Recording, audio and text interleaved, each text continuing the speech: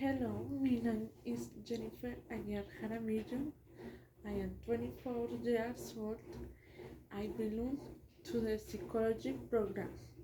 On this occasion, I want to talk about a delicious dessert, the rice with milk.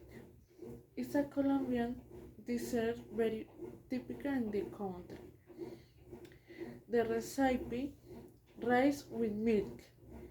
The ingredients are 2 cups of rice, washed and soaked, 2 bottles of milk, 1 bottle of water, 2 cinnamon sticks, 1 pound of sugar or more to taste, 1 cup raisins, and pinch of salt.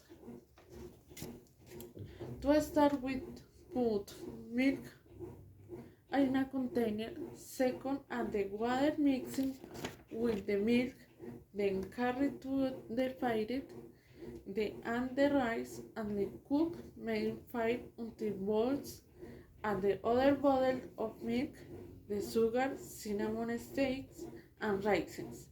Meanwhile, cooking the mix stir constantly until you achieve the desired point.